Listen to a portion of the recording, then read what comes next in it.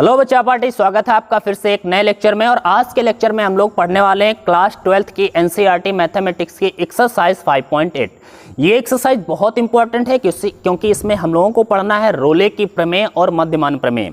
आप लोगों को अक्सर इसमें दिक्कत रहती है। बहुत सारे बच्चों ने हमारे पास कमेंट किया कि सर रोले की प्रमेय या फिर मध्यमान प्रमेय में हमें बहुत सारी प्रॉब्लम्स होती हैं। तो बच्चा याद रखना, आज के बाद ये दिक्कत आपको नहीं होगी, क्योंकि आज आप पढ़ने वाले हैं नहीं हैं बल्कि सीखने वाले हैं कि आखिर रोलेस थ्योरम और मीन वैल्यू थ्योरम के क्वेश्चंस कैसे सॉल्व किए जाते हैं। ठीक है, तो मैं आपको सिखाऊंगा, बस आप हमारे साथ बने रहिएगा। अगर वीडियो को आप पसंद करते हैं तो इसे लाइक ज़रूर करिएगा, अपने दोस्तों के साथ शेयर करिएगा, और अगर आपने चैनल को सब्सक्राइब नहीं किया तो भैया अभी करिए और दूसरों से भी करवाइए।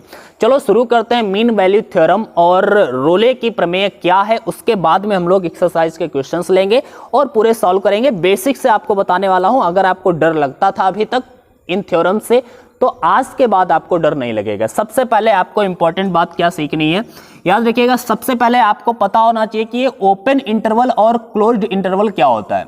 ए टू बी, एक ये इंटरवल लिखा है और एक ये लिखा है ए टू बी। ठीक है, अब इसका मतलब क्या है? इसका मतलब है कि ए और बी के बीच के जितने भी नंबर हैं, साथ में ए और बी सारे इस इंटरवल में शामिल होंगे। मतलब समझिए आप भैया, जैसे मैंने लिख दिया 2 से 3, ठीक है, ये क्लोज्ड इंटरवल लिखा 2,3। इसका मतलब क्या है? तो इसका मतलब है 2 और 3 के बीच में जितने भी नंबर्स आते हैं, जितने भी रियल नंबर्स आते हैं, वो सारे इसमें शामिल हैं, और साथ में 2 और 3 भी शामिल है। नहीं समझे? जरा समझिए। इसका मतलब है इसमें क्या क्या नंबर्स हो सकते हैं भैया? 2.01, 2.02, 2.3, ऐसे बहुत सारे नंबर्स होंगे यार इनके बीच में, होंगे कि नहीं? 2 और 3 के बीच में, 2 और 3 के बीच में बहुत सारे नंबर्स होंगे। तो यहां पर किसी भी नंबर, किन्हीं भी दो नंबर्स के बीच में कितने रियल नंबर्स होते हैं? तो इनफाइनाइट होते हैं भैया। ठीक है, तो 2 और 3 के बीच में बहुत सारे नंबर होंगे, इनफाइनाइट नंबर्स होंगे। वो सारे इनफाइनाइट नंबर्स इसमें शामिल किए जाएंगे। साथ ही साथ 2 और 3 को भी इसमें शामिल किया गया है।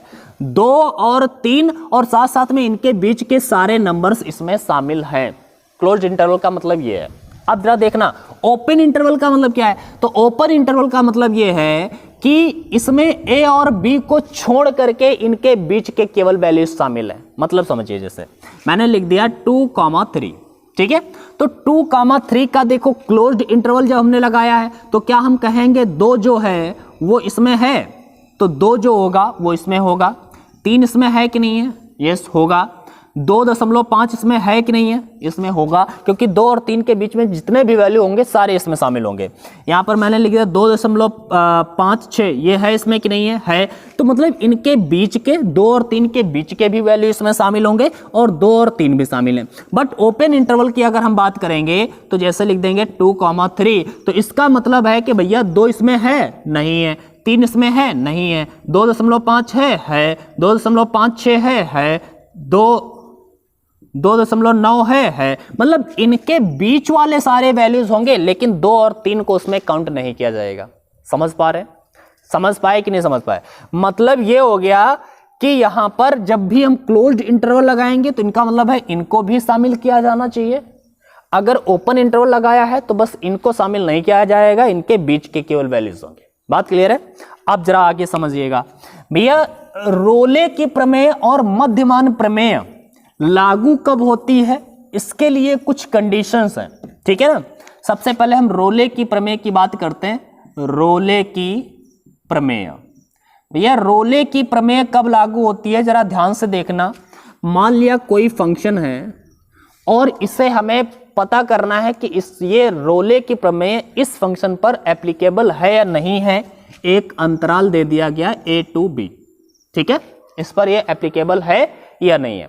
तो आप कैसे पता करेंगे रोले की प्रमेय लागू होगी या नहीं होगी? इसके लिए भैया 3 शर्तें हैं। कितनी? 3 शर्तें। पहली शर्त मैं आपके सामने लिखता हूं। पहली शर्त यह है कि रोले की प्रमेय तभी लागू होगी जब ये जो फंक्शन होगा f(x) ये संतत होगा। भैया संतत होगा किस पर? a to b पर।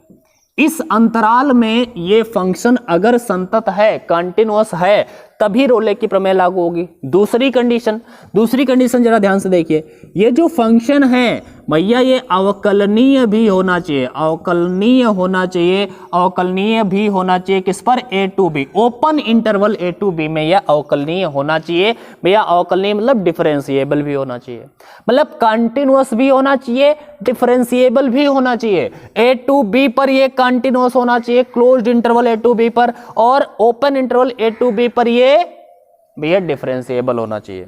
ठीक है, दो कंडीशंस हो गई। तीसरी कंडीशन ये है कि f ऑफ a और f ऑफ b दोनों इक्वल होनी चाहिए। भैया f ऑफ a और f ऑफ b दोनों इक्वल होनी चाहिए, और दोनों इक्वल होनी चाहिए तो इस कंडीशन में एक ऐसा c का पॉइंट आएगा, एक ऐसा c का वैल्यू आएगा जहां पर f डैश c जो हो रहा होगा वो 0 हो रहा होगा।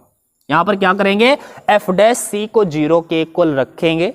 f डैश c मतलब fx का जो अवकलन, f डैश c को हम 0 के इक्वल रखेंगे, वहां से c का वैल्यू निकालेंगे, और c का वैल्यू जो निकल के आएगा वो इन अंतराल के बीच का ही होना चाहिए, मतलब a, b से बिलोंग करना चाहिए वो c का वैल्यू। जरा समझिए, जैसे c का वैल्यू आ गया, जैसे एक अंतराल दिया था 5 से 6, ठीक है, और c का वैल्यू आ गया 5.3, एग्जाम्पल लिए मान लिया मैंने, c का वैल्यू आया हमारा 5.3। देखेंगे 5.3 इसके बीच में है या नहीं है, यस है। अगर ये है तो हम कहेंगे रोले की प्रमेय सत्यापित होती है। बट अगर c का वैल्यू आ जाता हमारे पास 7, तो हम देखते 7 जो है वो 5 और 6 के बीच में नहीं आता है। इसका मतलब है कि ये जो 7 होगा, मतलब ये जो फंक्शन होगा वहां पर रोले की प्रमेय सत्यापित नहीं हो सकती। बात समझ पा रहे ना? तो रोले की प्रमेय को सत्यापित करने के लिए क्या क्या चाहिए, एक तो fx कंटिन्यूअस होना चाहिए open close interval a to b में, दूसरा अवकलनीय होना चाहिए, डिफरेंशिएबल होना चाहिए open interval a to b में, साथ ही साथ में fa और fb दोनों बराबर हों, और एक c का वैल्यू ऐसा मिलना चाहिए जिसके लिए f dash c equal to 0 होना चाहिए। ठीक है ना, और वो जो c का वैल्यू होगा वो a टू b के बीच में होगा। बात क्लियर है? इतनी बात आप क्लियर रखिए।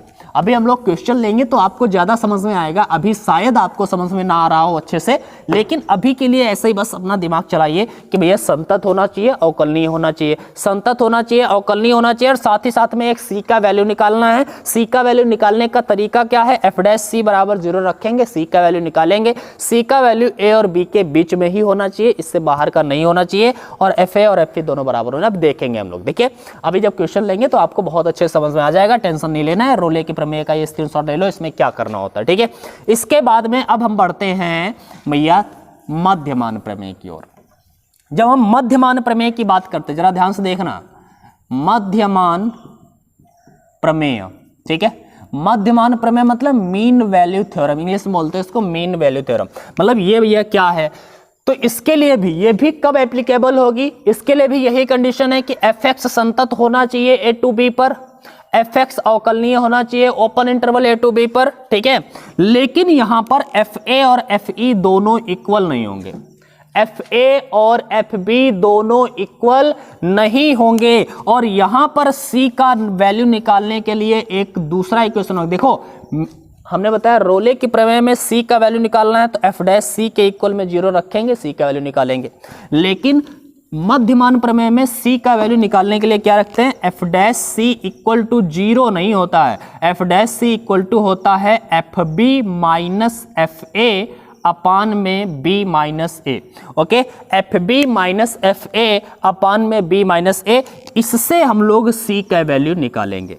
अब ये देखो, अगर ये मध्यमान प्रमेय देखो फिर रोले की प्रमेय देखो, देखोगे तो सेम ही है यार। एक्चुअल में देखा जाए रोले की जो प्रमेय है वो मध्यमान प्रमेय की एक पार्टिकुलर कंडीशन है कि जब fa और fe दोनों बराबर हो जाएंगे, fa fb दोनों बराबर हो जाएंगे, तो fa और fb दोनों बराबर हो जाएंगे तो इनका वैल्यू तो 0 हो जाएगा कट के। जब 0 हो जाएगा तो ये पूरा वैल्यू 0 हो जाएगा, तब f dash c equal to 0 हम लोग लिख देते हैं। रोले में प्रमेय यही तो था, f dash c equal to 0 होना चाहिए। यहाँ पर बस ऐसे है कि f dash c equal to 0 नहीं है, बल्कि fb माइनस fa अपान b माइनस c, ये फॉर्मूला लगेगा यहाँ पे। ठीक है ना। और यहां से भी एक सी का वैल्यू निकलेगा, और जो सी का वैल्यू निकलेगा वो इनके बीच का ही होना चाहिए भैया। सी जो होना चाहिए, जो सी होना चाहिए वो बिलोंग करना चाहिए ए कॉमा बी में ही, ओपन इंटरवल ए कॉमा बी में बिलोंग करना चाहिए, ठीक है ना। तो ये हमारी हो गई भैया मध्यमान प्रमेय, और हमने बताया रोले की प्रमेय। अब दोनों को अप्लाई करेंगे, क्वेश्चंस लेते हैं, आराम से समझेंगे, ठीक है। मेरे ख्याल से इतना अगर आप समझ गए तो कोई टेंशन लेने वाली बात है नहीं। हम लोग क्वेश्चंस लेते हैं और सॉल्व करते हैं। अब जरा ध्यान से देखिएगा, सबसे पहले बात करते हैं क्वेश्चन नंबर 1 की। अच्छा, एक दो पॉइंट्स और मैं बता देता हूं कि अगर आपसे कभी भी देखो, अगर ये पॉइंट्स नहीं पता होंगे तो आपको प्रूव करना पड़ेगा, जो कि क्वेश्चंस को लंबा करता है। इसलिए ये जरूरी है कि आपको पता होना चाहिए कि जितने भी बीजगणितीय फलन है, पॉलिनोमियल बीजगणितीय फलन, मतलब ऐसे बहुपद जो बीजगणितीय बहुपद फलन है ना, जैसे जैसे बोल दिया जाए 3x + 5, ठीक है, ये बीजगणितीय फलन है, पॉलिनोमियल है, ठीक है। जैसे बोल दिया जाए 2x² + 3x + 1, ये बीजगणितीय बहुपद है, ठीक है ना। इस प्रकार के जितने भी फलन होते हैं भैया, ये कंटिन्यूअस भी होते हैं अपने पूरे डोमेन में, आर में, मतलब पूरे रियल नंबर में कंटिन्यूअस भी होते हैं, और भैया ये डिफरेंशिएबल, ओह क्या हो गया, डिफरेंशिएबल भी होते हैं।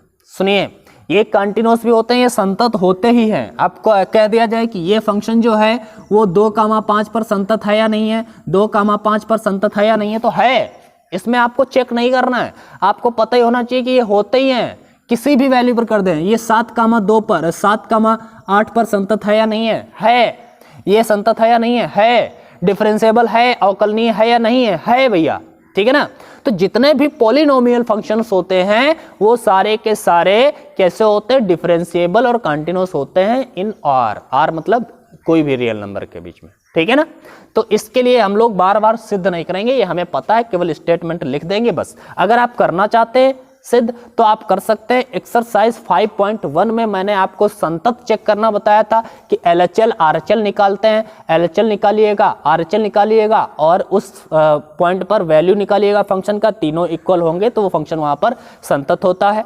और डिफरेंशिएबल के भी क्वेश्चन हमने 2 आपको बताए थे, जो एक्सरसाइज 5.2 में 9वां और 10वां क्वेश्चन है, ठीक है। वहां पर डिफरेंशिएबिलिटी चेक करने के लिए LHD और RHD निकालना होता है। अगर दोनों इक्वल आते हैं तो हम कह देते हैं कि ये फंक्शन डिफरेंशिएबल है, ठीक है ना। तो दोनों को आप चेक कर सकते हैं, जहां पर जरूरत पड़ेगी वहां पर हम चेक करेंगे, अदरवाइज कोई दिक्कत नहीं है। रोले की प्रमेय और मध्यमान प्रमेय को हम लोग समझते हैं, ठीक है। जरा ध्यान से देखिए, पहला क्वेश्चन आपके सामने दिया गया है। पहला क्वेश्चन दिया है, फंक्शन जो है एक दिया गया है f(x = x² + 2x - 8, ठीक है। x बिलोंग कर रहा है किससे, -4,2, ठीक है। के लिए रोले के प्रमेय को सत्यापित कीजिए। भैया रोले की प्रमेय को सत्यापित करना है। यहाँ पे रोले की प्रमेय को सत्यापित करने के लिए क्या करना है कि हमें ये फंक्शन कंटिन्यूअस दिखाना है, डिफरेंशिएबल दिखाना मतलब संतत दिखाना है, अवकलनीय दिखाना है, और यहां पर एक सी का ऐसा मान भी ज्ञात करना है जहां पर जो सी का मान इनके बीच में होना चाहिए। अब जरा ध्यान से देखते हैं। सबसे पहले पहला स्टेप करते हैं, पहला स्टेप, ठीक है। फर्स्ट स्टेप क्या है कि इसको कंटिन्यूअस दिखाना। तो कंटिन्यूअस दिखाने के लिए हम लोग LHL RHL निकालें, वो आपकी मर्जी है, लेकिन मैं नहीं निकालने वाला यहाँ पर, क्योंकि ये पॉलिनोमियल फंक्शन है, इसलिए हम कह देंगे कि ये फंक्शन होता ही है, कंटिन्यूअस होता ही, इस डोमेन में कंटिन्यूअस होगा ही होगा। तो लिख देंगे भैया यह की जगह पर हम f(x) लिख देते हैं ना, f(x) जो है ये फंक्शन, ठीक है। f(x) एक बहुपदीय फलन है, बहुपदीय, इंग्लिश वालों टेंशन ना लेना, मैं इंग्लिश में बोल दूंगा, ठीक है। f(x) एक बहुपदीय फलन है, इसलिए f(x) अंतराल -4,2 में संतत होगा। भैया ये होगा ही होगा, क्योंकि ये हमें पता है। आप चेक करना चाहते हो तो अलग बात है, आप LHL RHL निकालिए, आप चेक कर लीजिए। अगर आपको LHL RHL नहीं निकालना आता तो भैया जाइएगा एक्सरसाइज 5.1 पढ़िएगा, वहां पर मैंने विस्तार से समझाया, बहुत सारे अच्छी तरीके से मैंने समझाया था, ठीक है। तो ये इसको हम क्या लिख सकते हैं कि f(x) is polynomial function, so that this function is continuous at interval -4 to 4, okay, close interval. दूसरा स्टेप क्या है भैया, संतत हमने दिखा दिया इसको, अब अवकलनीय दिखाइए। तो यही बात फिर हम लिख देंगे, fx एक बहुपदीय फलन है भैया। बहुपदीय फलन पॉलिनोमियल फंक्शन जो होते हैं वो अवकलनीय भी होते हैं और संतत भी होते हैं, ठीक है। तो बहुपदीय फलन है इसलिए fx अंतराल -4, 2 में अवकलनीय होगा, डिफरेंशिएबल होगा, अवकलनीय, ठीक है ना। तो इस तरह से हम लिख सकते हैं, केवल लिख करके स्टेटमेंट देंगे वो समझ जाएगा कि हमारा कोई टेंशन नहीं है भैया। अवकलनीय आपको ओपन इंटरवल में सिद्ध करना होता है, दिखाना होता है, और जो कंटिन्यूअस है वो आपको क्लोज इंटरवल में दिखाना होता है, ठीक है। अब तीसरी बात क्या दिखानी, कि सबसे पहले f of a equal to f of b दिखाइए। क्या कंडीशन थी, f of a equal to f of b। तो भैया f of a equal to f of b दिखाइए। a का मतलब है -4, b का मतलब है 2। तो f ऑफ -4 पहले निकालो भैया। f ऑफ -4 निकालोगे तो x की जगह पर -4 लिखिए, x² प्लस 2 इंटू -4 प्लस -8। तो -4 का स्क्वायर 16 प्लस नहीं माइनस का हो जाएगा 8, और माइनस का 8 ये हो जाएगा भैया 0। f ऑफ -4 क्या हो गया, 0। अगेन f ऑफ b निकालिए, f ऑफ b मतलब 2, b का मतलब 2 है। तो f ऑफ 2 मतलब x की जगह पर 2 रखिए, तो 2 का स्क्वायर प्लस 2 इंटू 2 माइनस का 8, 2 का स्क्वायर 4 प्लस 4 माइनस का 8, ये भी क्या आया 0। तो हमने देखा कि f ऑफ a मतलब f ऑफ -4 इक्वल टू है f ऑफ 2, मतलब दोनों इक्वल आए हैं, ठीक है ना। तो इसका मतलब है यहाँ पर रोले की प्रमेय जो है वो सत्यापित हो सकती है। बट अभी आपको c का एक वैल्यू फाइंड आउट करना है जो इनके बीच में होना चाहिए भैया। c का वैल्यू फाइंड आउट करने के लिए मैंने बताया था, c का वैल्यू निकालने के लिए रोले की प्रमेय में एक तरीका है कि आप f' लिखिए और f' इक्वल टू 0 लीजिए आप, ठीक है ना, उससे c निकलेगा। f' मतलब fx, पहले fx का अवकलन करिए, fx का अवकलन f' होगा भैया। f' क्या हो जाएगा, x² का 2x प्लस 2x का हो जाएगा 2 और 8 का तो 0 होना है। अब भैया f' आपको चाहिए तो x की जगह पर c रिप्लेस कर दीजिए, तो f' equal to 2c plus 2, और f' की जगह पर क्या लिखना है 0, तो 0 इक्वल टू 2c प्लस 2। अब भैया यहाँ से c का वैल्यू निकालोगे, माइनस का 1 निकल के आएगा।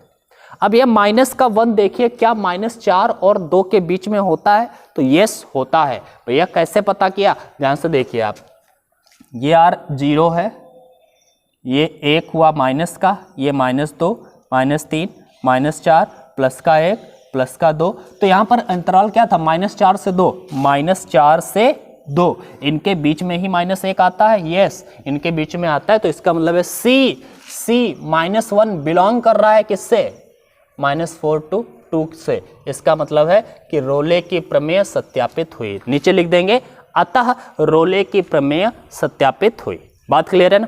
तो ये हमारा पहला क्वेश्चन हो गया। इस तरह से हम कर सकते हैं। बस आपको क्या दिखाना होता है रोले की प्रमेय सत्यापित करने के लिए, फंक्शन कंटिन्यूअस है, फंक्शन डिफरेंशिएबल है, और साथ ही साथ में f of a equal to f of b दिखाइए और c का वैल्यू निकालिए और दोनों उनके बीच में दिखा दीजिए, ठीक है।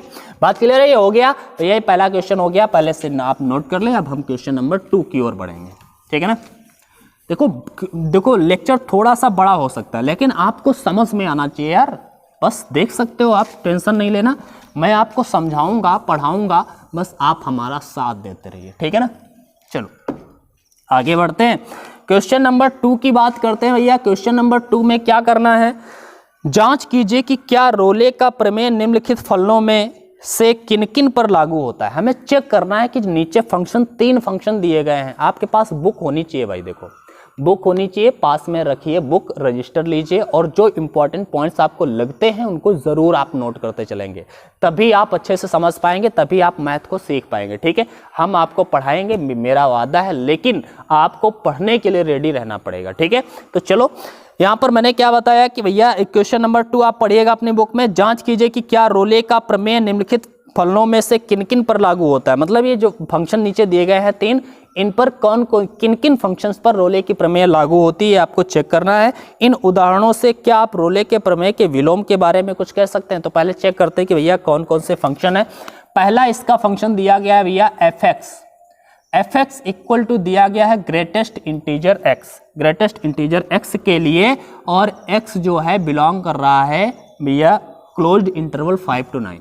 ओके, क्लोज्ड इंटरवल 5 to 9, ठीक है ना।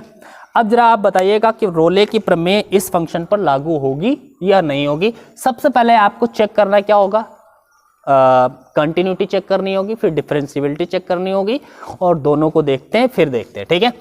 ध्यान से देखिएगा, सबसे पहली बात करते हैं, देखिएगा ग्रेटेस्ट इंटीजर फंक्शन का मतलब क्या है मैंने आपको बताया था, अगर आपको नहीं पता है तो फिर मैं आपको बताता हूं, टेंशन ना लेना।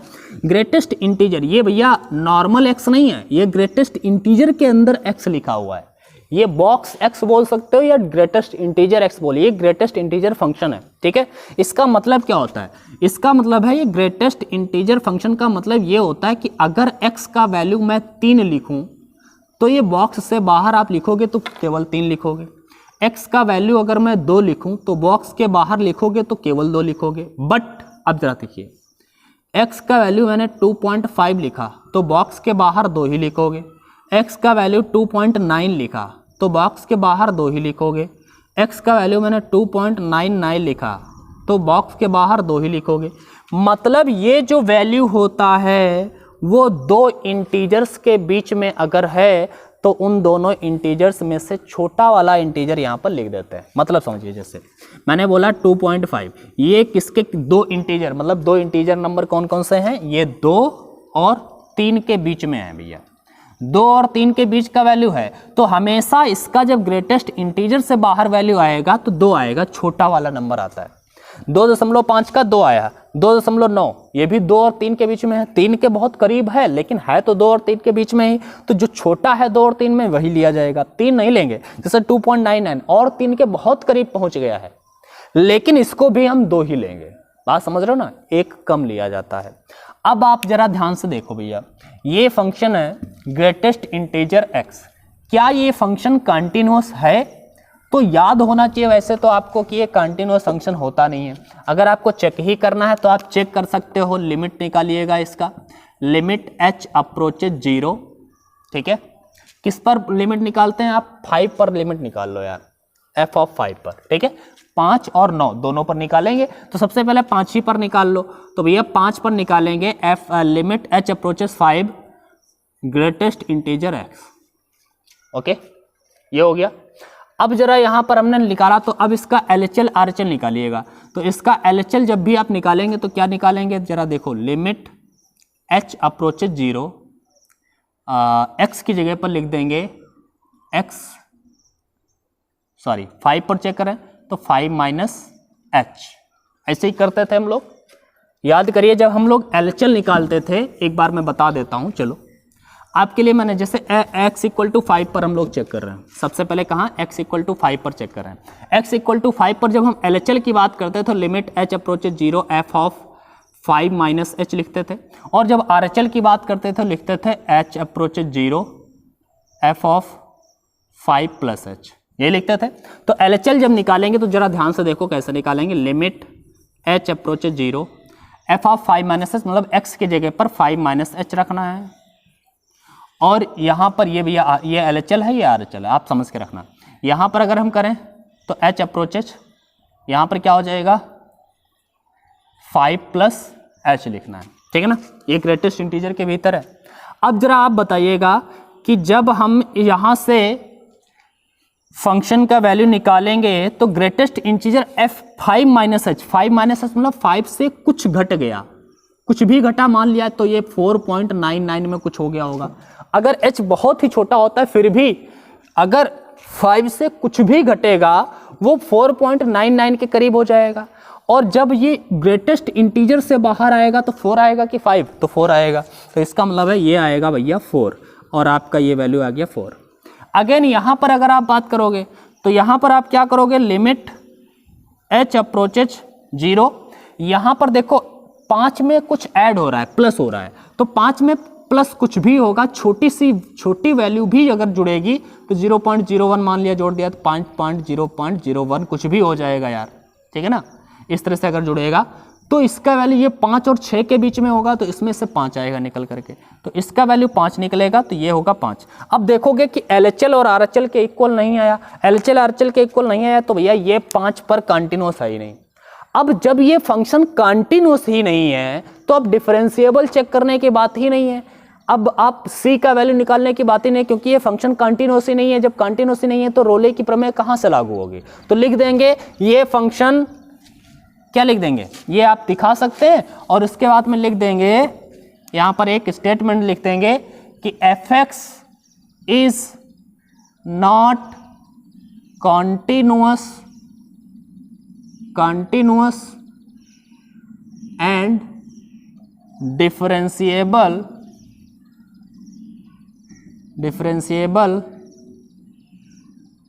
in a, b 5,9 and 5,9। मतलब ये फंक्शन भैया इस पर ना तो कंटिन्यूस है और ना ही फंक्शन ये इस पर डिफरेंशिएबल है, ना तो ये संतत है और ना ही ये अवकलनीय है। इसलिए सो दैट, यार इंग्लिश में लिख रहा हूं कोई बात नहीं है, समझ लेना हिंदी, ठीक है। So that Rolle's theorem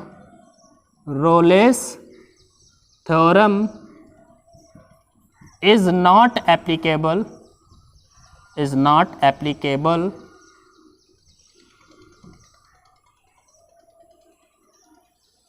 at f(x)। मतलब f(x) पर ये रोले की थ्योरम लागू नहीं होगी, ठीक है ना, क्योंकि ये भैया कंटिन्यूस ही नहीं था। कंटिन्यूस नहीं है तो डिफरेंशिएबल अपने आप नहीं होगा, तो कंटिन्यूस भी नहीं है, डिफरेंशिएबल भी नहीं है, तो इसलिए ये फंक्शन क्या होगा भैया, यहाँ पर रोले की प्रमेय सत्यापित नहीं की जा सकती, रोले की प्रमेय इस पर लागू नहीं होगी। तो ये आप इस तरह से आप समझा सकते हैं भैया। देखो, रोले की प्रमेय सत्यापित करने के लिए आपको कंटिन्यूस भी होना चाहिए, डिफरेंशिएबल भी होना चाहिए, C का वैल्यू अंतराल के बीच में आना चाहिए और F भी बराबर होने चाहिए, ठीक है। तो मेरे ख्याल से आप समझ गए होंगे, ये इक्वल पहली कंडीशन फेल हो गया तो ये हम कह सकते हैं कि ये एप्लीकेबल नहीं है रोले की प्रमेय। आगे बढ़ते हैं और इसका दूसरा क्वेश्चन लेते हैं। इसमें जो दूसरा क्वेश्चन है वो भी कुछ ऐसा ही है, ग्रेटेस्ट इंटीजर फंक्शन ही है भैया, ग्रेटेस्ट इंटीजर फंक्शन ही है। यहाँ पर बस अंतराल चेंज कर दिया है, इसने क्या बोल दिया है कि x belongs to -2 to 2, okay ना। इसके लिए हम लोग क्या करेंगे, वही बातें हैं, पहली बात लिख दीजिएगा कि f(x) इज नॉट, क्या है, नॉट कंटिन्यूअस एट -2 to 2, ये कंटिन्यूअस नहीं है, ठीक है, पहली बात तो यही है। दूसरी बात, f(x) is not differentiable eight -2 to 2, ना तो ये डिफरेंशिएबल है, ठीक है। जब ये कंटिन्यूअस डिफरेंशिएबल बोथ नहीं है तो हम क्या कहेंगे कि so that f(x), so that Rolle's theorem is not applicable in f(x), मतलब f(x) में ये रोले की प्रमेय सत्यापित नहीं हो सकती, लागू नहीं होगी। बात क्लियर है ना। तो ये हम इस तरह से आप केवल लिख सकते हैं, स्टेटमेंट से आप बता सकते हैं। अगर आप चेक करना चाहते हैं कि डिफरेंशिएबल है या नहीं है, कंटिन्यूस है या नहीं, तो मैंने अभी बताया, आप कंटिन्यूस चेक करना चाहते हैं तो LHL RHL निकालिए। अगर आप डिफरेंशिएबल चेक करना चाहते हैं तो आपको क्या करना पड़ेगा, LHD RHD निकालना पड़ेगा, मतलब left hand derivative and right hand derivative निकालिए और आप दिखाइए कि दोनों इक्वल नहीं है, तो इसलिए वो डिफरेंशिएबल नहीं होगा, ठीक है। तो इस तरह से हम केवल स्टेटमेंट देकर के भी इसको प्रूव कर सकते हैं, नो प्रॉब्लम, क्योंकि ग्रेटेस्ट इंटीजर फंक्शन भैया ना तो कंटिन्यूस होता है और ना ही डिफरेंशिएबल होता है एट एवरी इंटीजर, किसी भी इंटीजर पर, ठीक है। आगे की बात करते हैं भाई। अगला क्वेश्चन अगर हम लें, क्वेश्चन नंबर इसी का तीसरा, ठीक है ना। तीसरा क्वेश्चन क्या है भाई, इसी का दूसरा का तीसरा पार्ट दिया गया है आपके पास कि f(x) इक्वल टू x² - 1, ठीक है ना, और x belongs to 1 to 2, okay. तो इस पर आपको दिखाना है कि ये इस पर रोले की प्रमेय लागू होगी कि नहीं होगी। तो अब देखिए जरा, पहली चीज देखिएगा, आप स्टेटमेंट पहला दे सकते हैं कि भैया एक्स स्क्वायर माइनस 1 ये पॉलिनोमियल फंक्शन है, तो ये कंटिन्यूस तो होगा ही, पॉलिनोमियल फंक्शन है तो ये डिफरेंशिएबल भी होगा। तो लिख देंगे एफ एक्स इज कंटिन्यूअस, ठीक है, फॉर 1 to 1 कंटिन्यूअस है ये, मतलब एफ एक्स अंतराल 1, 2 पर कंटिन्यूअस है, लिख देंगे संतत है, ठीक है। दूसरी बात भी आप लिख देंगे कि एफ एक्स 1, 2 पर अवकलनीय है, ये आप लिख लेंगे, मैंने लिख रहा। इसके बाद में सी वाला पॉइंट आपको क्या करना है कि दोनों को आपको इक्वल दिखाना है, F A equal to F B दिखाना होता है, F A equal to F B आपको दिखाना होता है। तो एफ ए मतलब F1 निकालिए आप, x की जगह पर 1 रखिए तो 1 का स्क्वायर माइनस 1 इक्वल टू 0 आएगा। एफ बी मतलब F2 निकालिए आप, तो 2 का स्क्वायर माइनस 1 इक्वल टू 3 आएगा। तो क्या F1 और F2 दोनों इक्वल आया है? नहीं आया है। अब यह तीसरी कंडीशन यहाँ पर फॉलो नहीं कर रही है, समझ रहे ना, 2 कंडीशंस फॉलो हो गई हैं बट तीसरी कंडीशन यहाँ पर फॉलो नहीं कर रही है। तो अब भी हम कहेंगे कि भैया ये फंक्शन जो है वो इस पर रोले की थ्योरम प्रूफ नहीं की जा सकती। बात क्लियर ना, रोले की प्रमेय लागू नहीं होगी। क्यों? क्योंकि F1 इक्वल टू F2 नहीं है, ठीक है ना। ऊपर वाली दोनों कंडीशन सेटिस्फाइड कर रही हैं क्योंकि ये पॉलिनोमियल फंक्शन है, कंटिन्यूअस और डिफरेंशिएबल तो होगा ही होगा, बट ये F A equal to F B नहीं आया, इसलिए ये फंक्शन पर रोले की थ्योरम लागू नहीं होगी। इस तरह से आप नीचे स्टेटमेंट लिख सकते हैं, F A is not equal to F B, इसलिए ये फंक्शन पर रोले प्रमेय सत्यापित नहीं की जा सकती। मेरे ख्याल से आपको क्वेश्चन नंबर 2 समझ में आ गया होगा। अब हम चलते हैं भैया क्वेश्चन नंबर 3 की ओर, ठीक है। क्वेश्चन नंबर 3 में क्या कहा गया है जरा आप समझिएगा।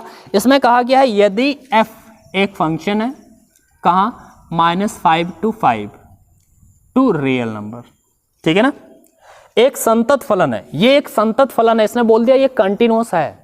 देखो फंक्शन इज कंटिन्यूअस, इसने बता दिया है कि ये कंटिन्यूअस भैया फंक्शन है और कंटिन्यूअस है, और यदि f डैश x किसी भी बिंदु पर शून्य नहीं होता है, f डैश x भैया शून्य नहीं होता है, मतलब f डैश x जो है वो किसी भी बिंदु पर शून्य नहीं होता है, f डैश x किसी भी बिंदु पर शून्य नहीं होता है। अगर f डैश x किसी भी बिंदु पर शून्य नहीं होता है तो इसका मतलब है x की जगह पर अगर हम c रिप्लेस करेंगे तो f डैश c भी किसी भी बिंदु पर शून्य नहीं होगा, शून्य नहीं होगा, शून्य होगा नहीं, शून्य नहीं होगा। इसका मतलब है देखो रोले की प्रमेय कब सत्यापित होती है, जब f dash c equal to 0 होती है, f डैश c 0 के बराबर होता है तब रोले की प्रमेय सत्यापित होती है। बट यहाँ पर रोले की प्रमेय तो लग नहीं सकती। देखो ये कंटिन्यूअस है लेकिन f dash c equal to 0 नहीं है, तो इसका मतलब रोले की प्रमेय तो लागू नहीं होगी। अब यहाँ पर मध्यमान प्रमेय लागू हो सकती है, मध्यमान प्रमेय लागू हो सकती है। अब जरा यहाँ पर क्या बताया है, इसने कहा तो सिद्ध कीजिए। क्या सिद्ध करना है भैया कि f-5 equal to is not equal to f5, ठीक है, ये आपको प्रूव करना है। तो इसको प्रूव करने के लिए क्या करते हैं, मध्यमान प्रमेय को लगाने का प्रयास करते हैं। जरा ध्यान से देखिएगा, हमें पता है कि f डैश c, अरे मध्यमान प्रमेय से यहां पर लिख देना चाहें, मध्यमान प्रमेय से f dash c equal to क्या होता है, F B minus F A upon में b minus A, b minus A. यहां पर हमें यहां पर देखिए a को हम -5 और b को 5 मान सकते हैं।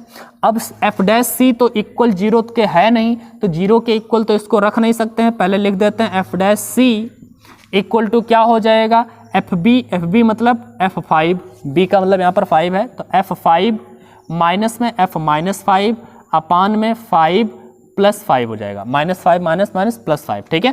तो ये बन जाएगा आपके पास f dash c equal to f5 minus में f माइनस 5 अपान में 10, ठीक है ना, ये हो गया। अब ध्यान से देखिए, हमें दिया है, क्या दिया है, क्या दिया है, गिवन, इंग्लिश में लिख देते हैं यार थोड़ा वो, ठीक है। गिवन क्या दिया है कि f डैश c जो है वो इक्वल नहीं है 0 के, इक्वल नहीं है 0 के, f dash c is not equal to 0। f dash c की जगह पर ये आप रखिएगा, आप f5 minus f minus 5 upon 10 is not equal to 0। 10 को उधर 0 के इक्वल में उधर कर देंगे तो 0 हो जाएगा, तो f5 minus f minus 5 is not equal to 0। f5 माइनस 5 को उधर कर दें तो f5 उधर जाएगा तो प्लस का हो जाएगा, नॉट इक्वल टू 0 का निशान लगाएंगे -5। ठीक है, तो इस तरह से हमने देखा कि ये चीज़ हमने प्रूव करनी है, जो हमें प्रूव करनी थी वो हम लोगों ने प्रूव कर दी। ठीक है ना, तो इस तरह से आप प्रूव कर सकते हो। इसको थोड़ा दोबारा देख लीजिएगा, इसको शुरुआत से क्वेश्चन नंबर 3 को, फिर अच्छे से समझ में आ जाएगा। ठीक है ना, आगे चलते हैं, क्योंकि कोई चैप्टर अगर हम ऐसे धीरे चलेंगे तो फिर लंबा हो जाएगा, ज़्यादा वीडियो, ज़्यादा दिक्कत होगी। हम लोग बढ़ते हैं आगे की ओर, क्वेश्चन नंबर 4 की बात करते हैं भाई।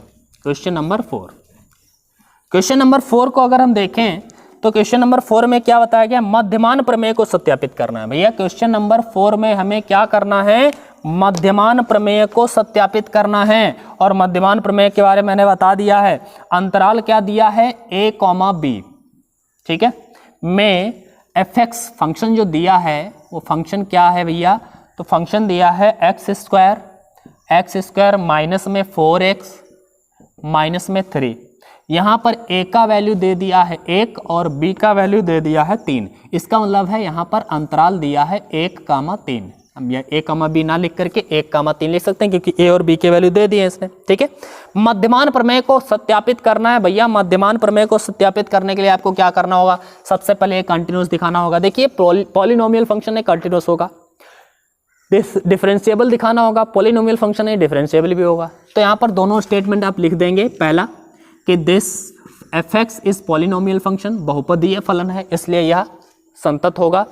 दूसरा, fx बहुपदीय फलन है, इसलिए यह इस अंतराल में, मतलब माइनस, ये देखो, इसको जब हम संतत दिखाते हैं तो क्लोज्ड इंटरवल में, ठीक है ना, और यहाँ पर दिखा देना ओपन इंटरवल में। ये क्या होगा, फंक्शन कैसा होगा, डिफरेंशिएबल भी होगा, अवकलनीय भी होगा।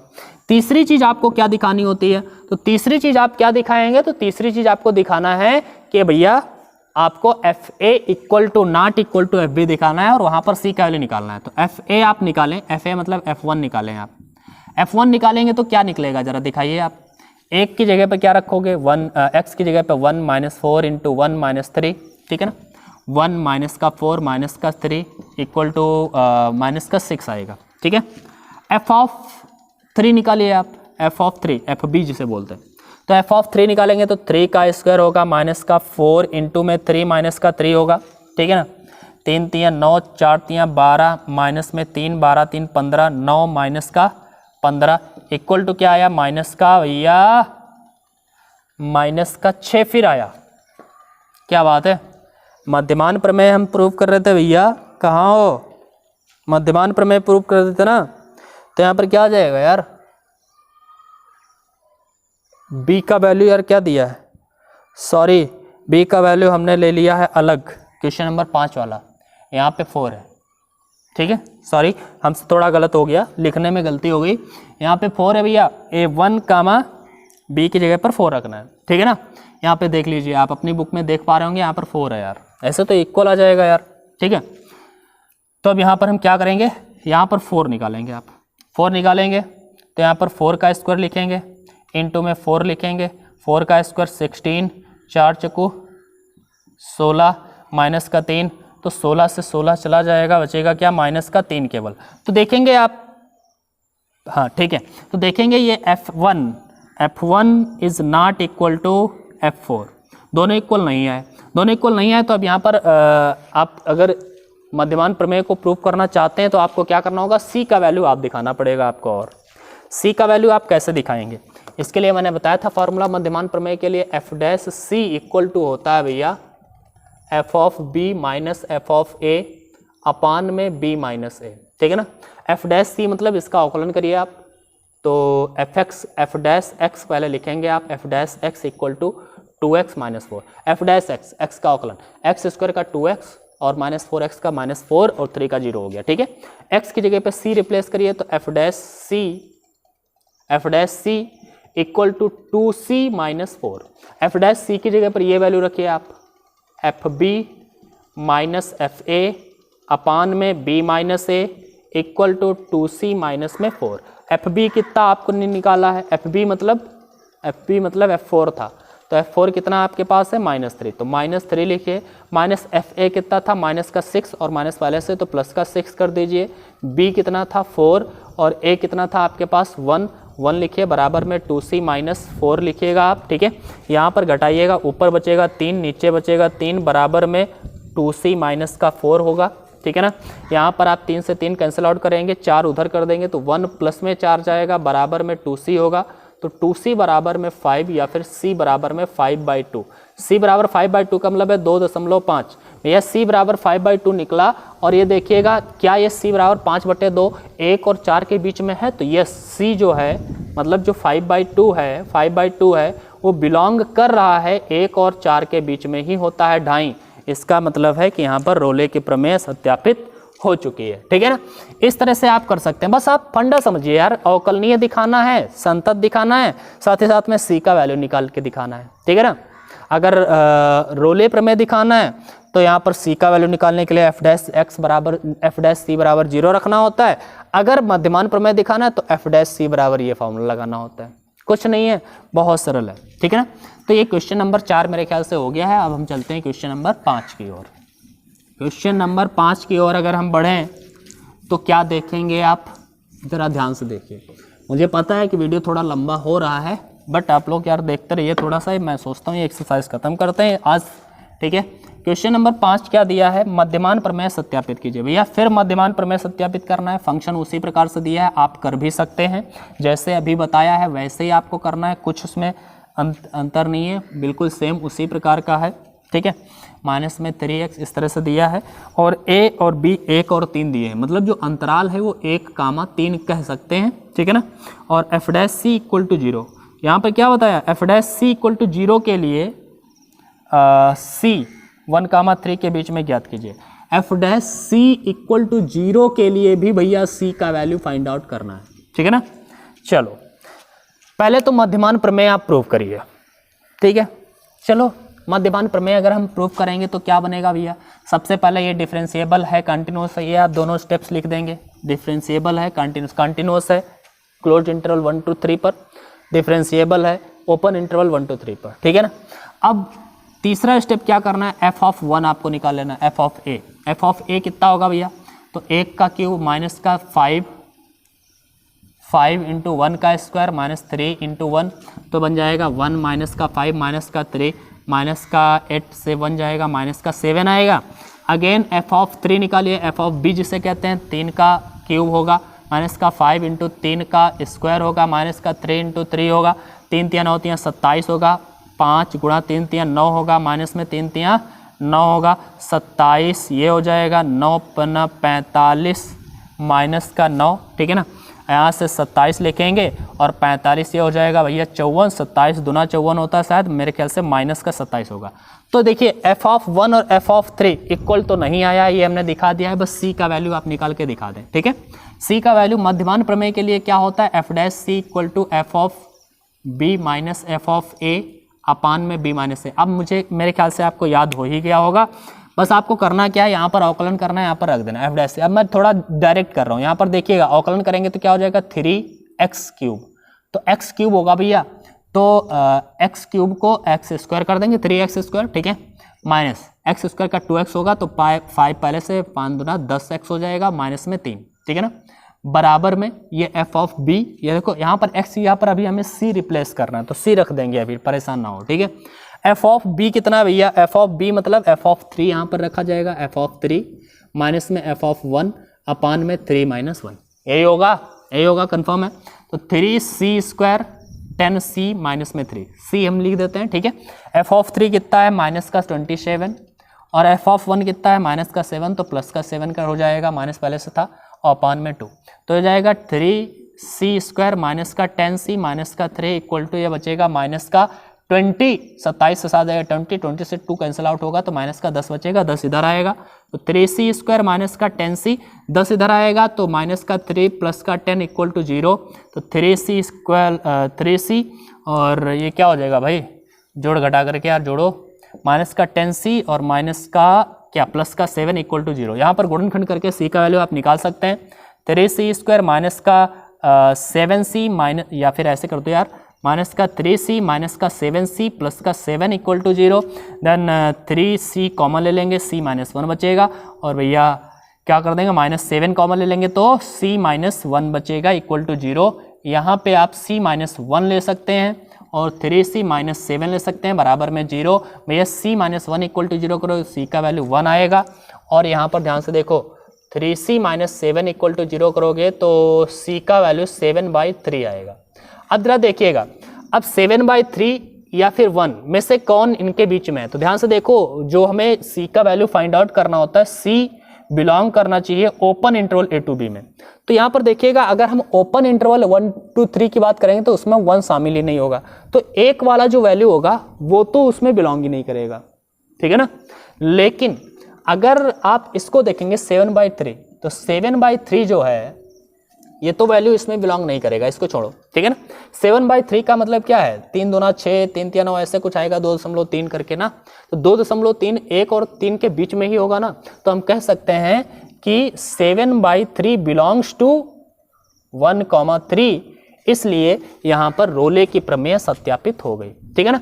रोले की प्रमेय तो सत्यापित हो गई। अब बात एक और क्वेश्चन इसी में दिया था कि f' के लिए c का वैल्यू निकालिए आप, तो f' के लिए देखो इसका स्क्रीनशॉट ले लो, हम फिर आगे बढ़ते हैं, ठीक है ना। f' के लिए c का वैल्यू आप कैसे निकालेंगे जरा ध्यान से देखिएगा। f' के लिए c का वैल्यू निकालिए तो f' आप कैसे निकालेंगे, इक्वल टू 0 है यहाँ पे, ठीक है ना। तो f' के लिए आप f' इक्वल टू 0 के लिए अगर हम c का वैल्यू निकालना चाहें तो f' पहले करो, तो f' मतलब इसका अवकलन करिए, 3x² माइनस में 10x माइनस में 3 इक्वल टू 0 करेंगे, या x की जगह पर c लिखना है आपको, तो 3c² माइनस का 10c माइनस का 3 इक्वल टू 0।